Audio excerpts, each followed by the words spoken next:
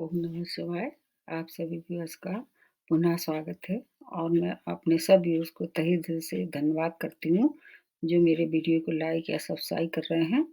अब अगली राशि जो बनती है, जो मैंने हिंदू नववर्ष का जो शुरू किया है संवत का जो एक सीरीज़ शुरू की है और 2076 वो शुरू हो चुका है, जो उसके बारे में मैं बता रही हूँ। तो अगली राशि जो बनती है वो कन्या राशि है। कन्या राशि के बारे में बताती हूँ। उसके पहले मैं बताती हूँ कि ये वर्ष कौन-सा वर्ष है और इस समय क्या चल रहा है, कौन-सा युग चल रहा है। तो ये कलयुग का समय है, इस समय कलयुग चल रहा है। इसमें 5120 वर्ष कलयुग के पूरे हो चुके हैं।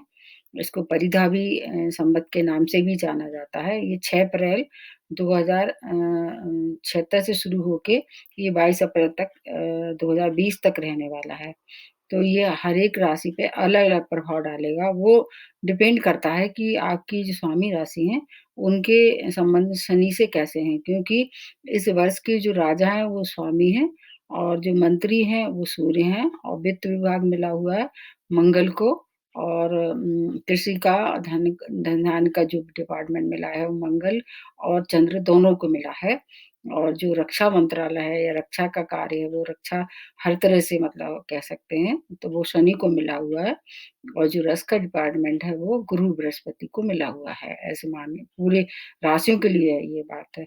तो अब आप ये देखना ज़रूरी है कि एक तो आपके स्वामी राशि से कैसे संबंध है और दूसरा आपकी जो नेटल चार्ट है, उनमें जो ग्रह स्थिति है उनका भी उतना ही महत्व है और आपकी दशा या महादशा मतलब महादशा और अंतर्दशा कैसी चल रही है, उसको भी देखना बहुत परम आवश्यक है। तो अब कन्या राशि के बारे में बताती हूँ। अगली राशि जो बनती है वो कन्या राशि है। कन्या राशि कैसी है? बुध की राशि है ये और बुध की और शनि की कैसी है? समता है, मतलब व्यवहार उनके संबंध कैसे हैं? सम हैं। वो एक-दूसरे के लिए खराब नहीं सोचते हैं, ऐसा मान के चलो न्यूट्रल रहते हैं और बुध के और सूर्य के मित्रवत व्यवहार हैं और बुध के और मंगल के शत्रुता के व्यवहार हैं और चंद्रमा के लिए भी ऐसे ही मान के चलते हैं कि चंद्रमा के भी न्यूट्रली रहते हैं, वो ज़्यादा पर एक-दूसरे में इंटरफियर नहीं करते हैं। तो अब आपकी जो स्वयं की नेटल चार्ट है, मैंने बताया उस पे बहुत निर्भर करते हैं। तो शनि आपके पहले शनि के बारे में बताते क्योंकि स सबसे ज़्यादा इस समय उन्हीं की मतलब वो रहेगी प्रभाव रहने वाला है। तो शनि के बारे में बताते हैं कि शनि जब भी राजा होके आए हैं वर्ष भर में, तो जो सूखे की स्थिति ज़्यादा रही है। वैसे कहीं-कहीं फिर बाढ़ें भी आई हैं, लेकिन पानी की मतलब बरसात की कम होने की संभावना दर्शाते हैं क्योंकि ये कैसे हैं, शुष्क रहे हैं। ये थोड़े से पानी की मतलब कमी को दर्शाते हैं। ऐसे मान के चलो कि इस वर्ष शायद हो सकता है कि वेदर जो रिपोर्ट फ़ोरकास्ट की है, उसमें कुछ हेरा-फेरी करनी पड़े मौसम विभाग वालों को। तो अब शनि आपके देखा जाए तो कौन से भाव के स्वामी हैं? अ, आपके नेटल चार्ट में ये 5वें और 6वें भाव के स्वामी हैं और इस समय इनकी जो धनु राशि में जो बैठे हुए हैं केतु के साथ, ये कौन से भाव में बैठे हुए हैं? आपके 4th भाव में। तो आपके इस तरह से 3 भाव के इस समय ये आपको प्रभावित करने वाले हैं। 4थे भाव में जैसे शनि और केतु के साथ दोनों एक साथ बैठे हुए हैं, तो इनकी जो मतलब चौथे भाव से संबंध है जैसे कि माता का, वाहन का, भूमि का और नेटिव का, खास तौर से इन सब चीज़ों पे ये क्या करेंगे अपनी दृष्टि द्वारा आपको लाभ पहुँचाएँ क्योंकि ये अभी केंद्र भाव में है, तो केंद्र भाव में थोड़ा तो अच्छे फल देंगे ये। और उसके बाद अब आपके 5वें अगर देखा जाए 5वें भाव में तो किसका संबंध है ये? 5वें भाव का शिक्षा का है, संतान का है, प्रेम का है। तो ये भाव भी आपको अच्छे फल देंगे क्योंकि ये आपके जो राशि स्वामी हैं, उनसे उनके संबंध खराब नहीं है। इसलिए आपका जो भूमि भवन से संबंधित कोई कार्य अगर था, वो उसको निपटा देंगे मतलब आप बहुत दिन से अपना मकान खरीदने की सोच रहे थे या आप कोई भूमि खरीदने की सोच रहे थे, तो वो उसमें आपको क्या करेंगे ये प्रगति ला देंगे। और अगर संतान से संबंधित कोई कार्य आपको अगर करना था, तो वो समय आपको उसमें भी सफलता दिलाने वाले हैं। और छठवें घर से अगर देखा जाए तो छठवें घर किसका होता है? रोग का, ऋण का, शत्रु का। तो ऋण से मुक्ति दिला देंगे और कोई ऐसा पुराना रोग जो कि बहुत वर्षों से आप इससे परेशान थे, उससे भी छुटकारा दिला देंगे। कोई न कोई ऐसी रास्ता मिलेंगे आपको कि आप उससे बाहर निकल जाएँगे। वैसे बस शनि का एक ही स्वभाव होता है कि वो अगर देते हैं, अगर प्रसन्न होते हैं तो छप्पड़ फाड़ के देते हैं, नहीं अगर नहीं देते हैं तो फिर वो क्या करते हैं कि मतलब ले भी लेते हैं लेकिन हर एक काम में वो रोड़ा लगाते हैं। मतलब कि काम की जो गति है उसमें थोड़ी-सी वो क्या कर देते हैं मतलब स्लो कर देते हैं, धीमी कर देते हैं। तो आपके लिए तो अच्छे हैं इसलिए आपको डरने की आवश्यकता नहीं है। तो ये जो आपके 3 भाव हैं वो शनि से प्रभावित रहेंगे, बस उसमें आपको थोड़ी-सी सतर्कता है और वो तो बरतनी ही चाहिए, कितने भी अच्छे प्लैनेट हों, आँखें बंद करके कोई काम करोगे तो उसमें निश्चित है कि आपको परेशानी हो, तो अपना विवेक से काम लेके आगे बढ़िए, आपको दिक्कत नहीं होगी। और जैसे कि इनकी जो केतु जो आप बैठे हुए हैं चौथे भाव में और शनि के साथ, तो वो आप ये चलिए कि आपका जो जहाँ आप रह रहे थे, वो आपको चेंज करना पड़ सकता है क्योंकि 7वीं दृष्टि इनकी केतु की कहाँ पड़ रही है आपके 10th भाव में, वहाँ राहु पहले से ही वित्तवान है। तो आपका ऐसे अनुमान लगा के चलते हैं कि आपका घर बदलेगा, हो सकता है कि आपको जॉब भी बदलना पड़े क्योंकि केतु की नेचर है ऐसा कि जहाँ कोई रहते हैं, वो उस जगह को चेंज करा देते हैं, चाहे वो टेम्परेरी कराएँ लेकिन करा देते हैं। तो राहु आपके 10th भाव में है, तो वो राहु भी अच्छे आप आपको ये अच्छे प्रभाव देंगे क्योंकि 10th भाव में राहु ऐसे कहा जाता है, खासतौर से जो पॉलिटिशियन वगैरह हैं, उनके लिए काफ़ी अच्छा है ये। तो आपको राहु और केतु से बिल्कुल दिक्कत नहीं होगी। शनि भी आपके लिए मित्रवत मान के चलिए, तो ये भाव आपके लिए तीनों भाव आपको अच्छे फल फल देंगे। अब आ जाते हैं सूर्य, जो कि सूर्य इस वर्ष सभी के क्या है मंत्री पद सँभाल रखा है इन्होंने। तो मंत्री का भी उतना ही इम्पोर्टेंट रोल होता है जितना कि राजा का होता है। तो आपके लेकिन क्या है ये 12वें स्थान के स्वामी हैं।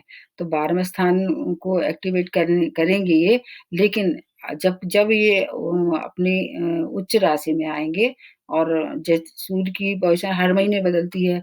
तो अभी आपके जहाँ है उसमें अगर ये उच्च राशि में आते हैं तो आपको ज़्यादा लाभ होगा, क्योंकि आपके क्या हैं ये परम मित्र हैं। तो 12वें स्थान से अपन देखते हैं, अगर मान लीजिए 12वें स्थान से देखा तो 12वाँ स्थान किसका है कि खर्चे का है। तो खर्चे तो कराएँगे लेकिन इसके साथ-साथ आपको जो गवर्नमेंट से संबंधित जो भी मतलब काम अटके हुए थे उसमें सफलता दिलाएँगे और अगर आप किसी ईस्ट की कंट्री में आप जाना चाहते हैं क्योंकि ये यात्राओं का भी विदेश यात्राओं का भी होता है। ईस्ट की कंट्री में आपको ये कहीं बाहर भेज सकते हैं। इधर क्या है कि गुरु भी आपके 3rd स्थान पे बैठे हुए हैं, ये रहेंगे अक्टूबर तक। तो गुरु तीसरे घर से भी छोटी-छोटी यात्राएँ, विदेश यात्राएँ भी हो सकती हैं। तो गुरु का और सूर्य का दोनों का क्या अगर मिला के देखा जाए तो छोटी-छोटी यात्राएँ शॉर्ट टर्म जो ट्रैवल है वो हो सकती हैं। सूर्य आपके लिए काफ़ी अच्छे रहने वाले हैं और शनि भी आपको अच्छा प्रभाव देंगे। अब आ जाते हैं आपके तीसरे जो वित्तीय विभाग मतलब जो खर्चे का जो अकाउंट है जो मतलब इनकम है, उसको देखते हैं। तो आपके जो मंगल हैं वो 3rd भाव के स्वामी हैं, इधर आपके 8th भाव के स्वामी हैं। तो मंगल की और बुध की मित्रता नहीं है, तो इसलिए आपको थोड़ा-सा यहाँ थोड़ी-सी प्रॉब्लम आ सकती है, लेकिन फिर भी क्योंकि 3rd भाव में गुरु की उपस्थिति है, तो गुरु आपको क्या करेंगे, पूरी तरह से आपकी रक्षा करेंगे। गुरु का नेचर ऐसा होता है कि वैसे जिस घर में वो बैठते हैं, उसके भाव में थोड़ी-सी कमी कर देते हैं। लेकिन उनकी दृष्टियाँ काफ़ी अच्छी हैं। जैसे मैंने बताया कि 3rd भाव में है, तो इनकी एक दृष्टि आपकी कहाँ पड़ रही है आपके 7th भाव में पड़ रही है। तो पार्टनरशिप में, आपके लाइफ़ पार्टनर में इनमें सब में क्या करेंगे ये मधुरता ला देंगे और अगर आप बिज़नेस करना चाह रहे थे इस समय बिज़नेस शुरुआत करना चाह रहे थे, तो आपको इस समय कर लेना चाहिए। क्योंकि इनकी जो 9वीं दृष्टि है गुरु की, वो आपके कहाँ पड़ रही है 11th भाव पे और वो उनकी उच्च की दृष्टि है। तो आपको आमदनी के नए-नए स्रोत ये मतलब बनाएँगे और आप उसमें सफल भी होंगे। इस तरह से ये 7वीं दृष्टि और इनकी 9वीं दृष्टि और 5वीं दृष्टि गुरु की काफ़ी यूज़फुल रहने वाली है, उपयोगी रहने वाली है। जो दूर की यात्राएँ हैं, वो विदेश की भी हो सकती हैं या स्वदेश की भी हो सकती हैं। ऐसा नहीं कह सकते हैं कि बाहर ही भेजने वाले हैं। तो मंगल जो है वो आपके लिए जो 8वें घर का है, मतलब जो 8वें घर में जैसे 1 का अंक लिखा है तो वो मंगल का घर माना जाएगा आपके हॉरोस्कोप में।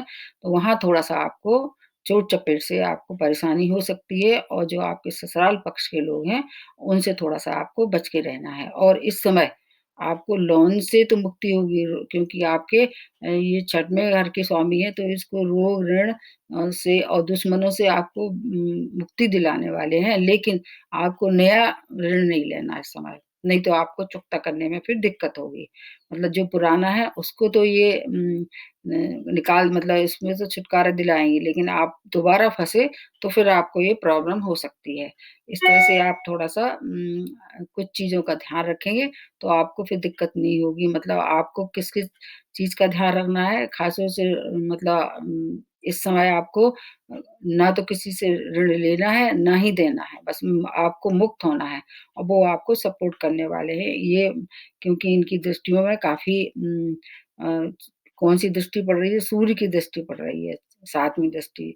तो ये भी आपको सपोर्ट करने वाली 6वें स्थान पे। तो इसलिए चेंज ऑफ प्लेस जॉब में आपको आपकी मतलब प्लेस ज़रूर चेंज होगी। अब जॉब भी चेंज होता है या नहीं वो आपके अपने डिपार्टमेंट पे निर्भर करता है। यदि आपको कोई चांस मिले, हो सकता है आपका प्रमोशन हो जाए या आपको कुछ और दूसरा ऑफ़र आ जाए क्योंकि केतु की का ये ऐसा स्वभाव होता है कि वो आदमी को स्थान परिवर्तन मतलब वो जगह को छुटा देता है ख़ास तौर से और राहु भी उनके संग सपोर्ट करते हैं। तो इसलिए आप जॉब में अपना चाहें तो आप चेंज कर सकते हैं। संतान संबंधी अगर आपकी कोई प्रॉब्लम है, मान लीजिए उसकी शादी नहीं हो पा रही थी या शिक्षा में रोड़े आ रहे थे, तो उसमें ये गुरु की और शनि की जो भूमिका है वो बहुत अच्छी होने होने वाली है। तो आपको पूरे वर्ष लाभ ही लाभ होने वाला है। वो थोड़ा चोट-चपेट से और 8वें घर से संबंधित जो कार्य आपके हैं, उनमें थोड़ी आपको सतर्क रहनी पड़ेगी। अब कुछ समय मैं बताती हूँ कि अगर आपको नया कार्य करना हो, तो आप वो समय करें तो ज़्यादा सफलता के चांस हैं। जैसे कि अभी 14 अप्रैल से 14 मई तक का समय अच्छा है, उधर 4 जून से 28 जून तक का अच्छा है और फिर उधर 4 नवंबर से लेके 15 दिसंबर तक का समय काफ़ी अच्छा रहने वाला है। इस समय आप नया काम अगर करेंगे, तो सफलता के ज़्यादा चांसेस हैं। फिर भी अगर आपको कोई शनि द्वारा या मंगल द्वारा दिक्कत हो रही है, खासतौर से मंगल की आपको ज़्यादा परेशानी की संभावना है, तो आप हनुमान जी की उपासना करें और शनि का दान करें, शनि मंत्र करें और छाया दान करें।